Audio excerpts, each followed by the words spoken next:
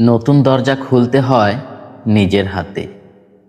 জীবনের পথ এক জায়গায় থেমে থাকে না, থেমে থাকে শুধু ভয় পাওয়া মানুষের ইচ্ছা।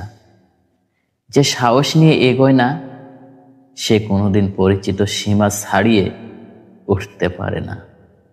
ঝুঁকি না নিলে বদল আসে না কোথাও, কারণ নতুনের দরজা খুলতে হয় নিজের হাতে।